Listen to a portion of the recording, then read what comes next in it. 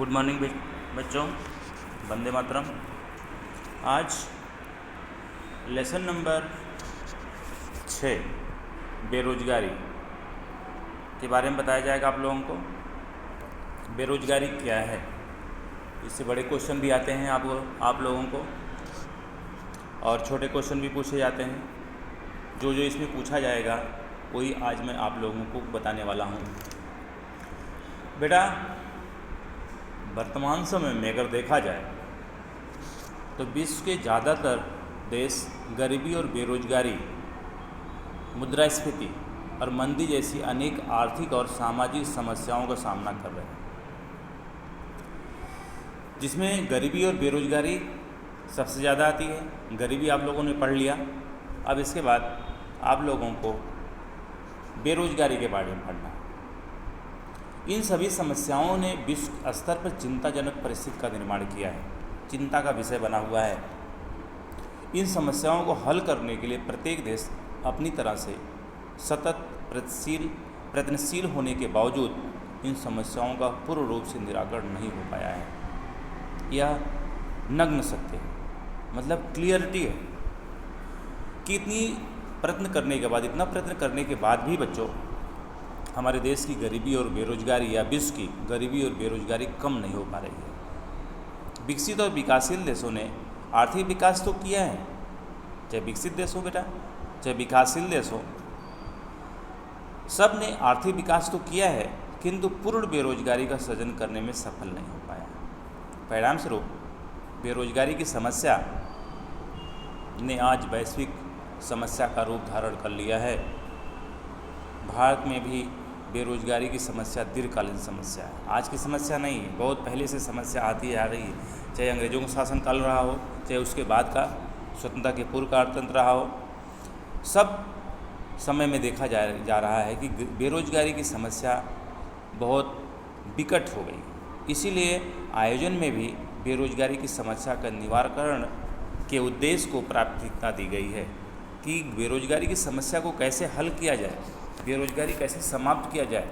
हमारे देश में जो बेरोजगारी बढ़ती जा रही है, इस बेरोजगारी को कैसे कम किया जाए। किंतु देश में आर्थिक विकास होने के बावजूद हमारा देश या दूसरे देश जो विकासशील देश हैं विकास कर रहे हैं, आर्थिक विकास होने के बावजूद भी बेरोजगारी की समस्या घटने के बजाय बढ़ती जा रही है। जो हमारे आयोजन की एक मर्यादा है, एक सीमित मर्यादा है। विकासशील देश भारत में एक ओर जनसंख्या वृद्धि दर ऊंचा है, तो दूसरी ओर अपर्याप्त आर्थिक विकास होने के कारण बेरोजगारी की समस्या ने अति गंभीर रूप धारण कर लिया है। तो बेरोजगारी की समस्या को कैसे हल किया जाए, तो हमारे लिए एक आयोजन की मर्यादा है, एक लिमिट है कि हम उससे ज़्यादा नहीं कर सकते। जनसंख्या वृद्धि बढ़ रही है, जनसंख्या का दर ऊंचा हो रहा है और बेरोजगारी की समस्या बढ़ती जा रही है, तो इसके लिए क्या किया जाना चाहिए, और इसका विस्तार से अब आप लोगों को अर्थ बताया जाएगा बेरोजगारी है क्या। अभी तो इंट्रोडक्शन था, अब बेरोजगारी का अर्थ।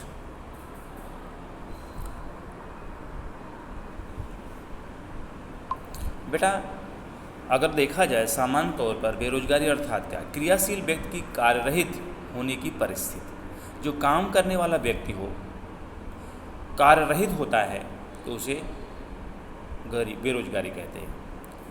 क्रियाशील व्यक्ति मतलब काम करने वाला व्यक्ति हो और कार्यरहित हो, मतलब काम उसको ना मिलता हो, इस परिस्थिति को बेरोजगारी कहते हैं। बेरोजगार केवल श्रमिक ही हो ऐसा नहीं है, किंतु उत्पादन के अन्य साधन भी बेरोजगार हो सकते हैं।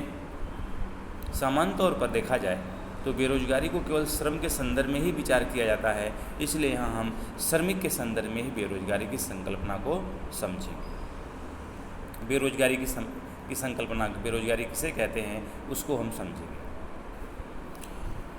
बेटा, बेरोजगारी को सब लोगों ने अलग अलग तरह से परिभाषा दिया है।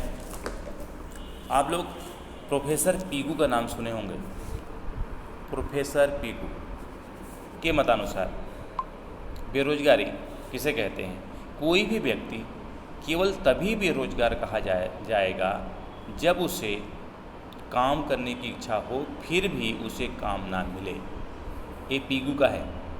कभी कभी ऐसी परिभाषा पूछता है कि पीगू के मतानुसार बेरोजगारी की परिभाषा बताइए, या बेरोजगारी किसे कहते हैं। तो अपने मन से कोई भी परिभाषा आप लोग लिख सकते हो, लेकिन किसी अर्थशास्त्री के मत के अनुसार बोलता है तो आप लोगों को ऐसा ही लिखना पड़ेगा। प्रोफेसर पीगू के मतानुसार बेरोजगारी की परिभाषा कि कोई भी व्यक्ति बता दिया हूँ, केवल तभी बेरोजगार कहा जाएगा जब उसे काम करने की इच्छा हो तो भी उसे काम ना मिलता हो, तो इसे बेरोजगारी कहते हैं। ये परिभाषा इम्पोर्टेंट है बेटा 1 नंबर के सवाल के लिए। संक्षेप में अगर कहा जाए, बेरोजगारी अर्थात प्रवर्तमान वेतन दर पर व्यक्ति की काम करने की इच्छा शक्ति और तैयारी होने के बावजूद, प्रवर्तमान दर पर मतलब जितनी दर पर उसको वेतन मिल रहा है, प्रवर्तमान वेतन दर पर व्यक्ति की काम करने की इच्छा शक्ति और तैयारी होने के बावजूद उसे काम ना मिले तो वह व्यक्ति बेरोजगार है, ऐसा कहा जाता है। ये बेरोजगारी की परिभाषा है बेटा। बेरोजगारी के जो परिभाषाएं ऊपर बताई गई है उसके अनुसार प्रवर्तमान वेतन दर पर व्यक्ति काम करने की इच्छा शक्ति और तैयारी होने के बावजूद भी उसे काम से वंचित रहना पड़े तो इस प्रकार की बेरोजगारी को अनैच्छिक बेरोजगारी या अनिवार्य बेरोजगारी कहा जाता है। कभी कभी परिभाषा पूछता है बेटा कि अनैच्छिक बेरोजगारी किसे कहते हैं। अनैच्छिक का मतलब काम करने की इच्छा है, उसकी तैयारी है, लेकिन फिर भी उसको काम नहीं मिल रहा है, तो बेरोजगारी अनैच्छिक हो गई कि नहीं। अनैच्छिक मतलब ना चाहते हुए भी बेरोजगार है। ठीक उसी प्रकार से यदि काम करने की इच्छा और शक्ति ना हो, वह प्रवर्तमान दर पर काम के बिना बैठा रहे। अब देखो उसमें इच्छा शक्ति है, इसमें इच्छा शक्ति ना हो, वह प्रवर्तमान दर पर काम के बिना बैठा रहे, उस व्यक्ति को बेरोजगार नहीं कहा जा सकता। ऐसे व्यक्ति को स्वैच्छिक श्रेणी में आता है कि स्वयं से वो अपने आप बेरोजगार है।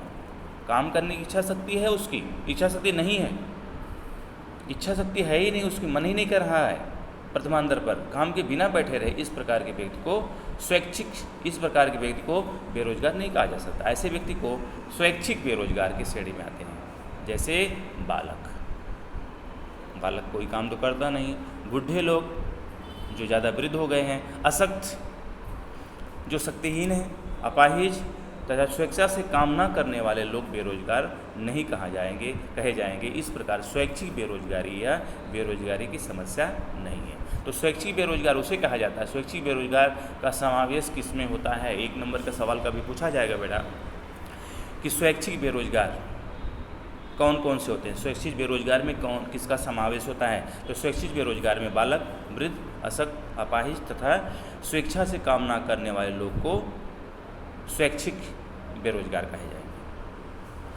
आगे बेटा है कि बेरोजगारी की संकल्पना को हम श्रम के सक्रिय संदर्भ आपूर्ति के संदर्भ में समझते हैं।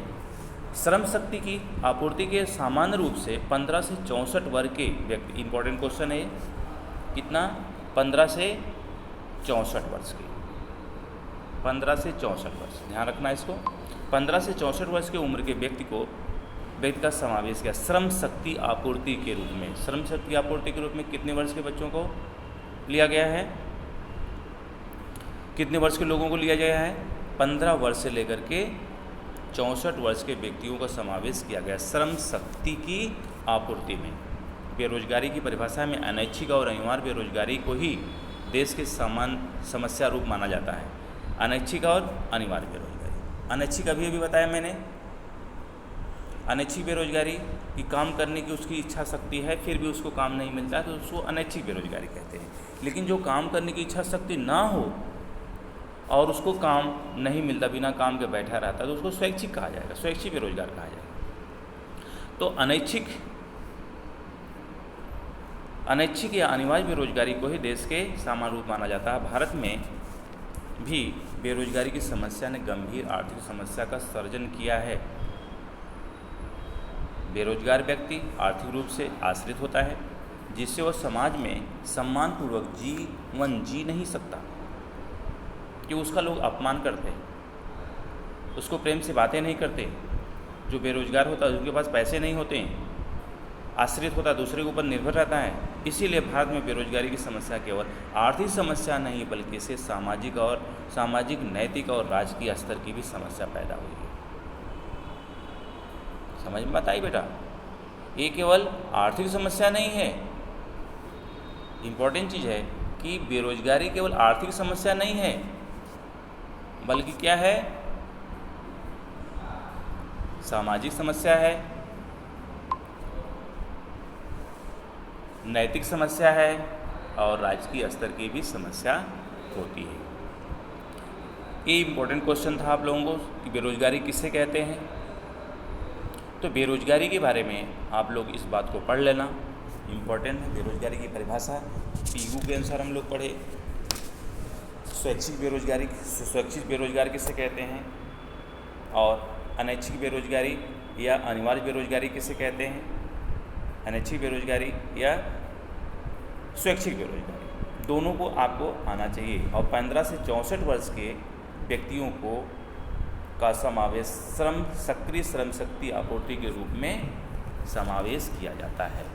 और दूसरा क्वेश्चन क्या इम्पोर्टेंट था, स्वैच्छिक बेरोजगार में किसका किसका समावेश होता है।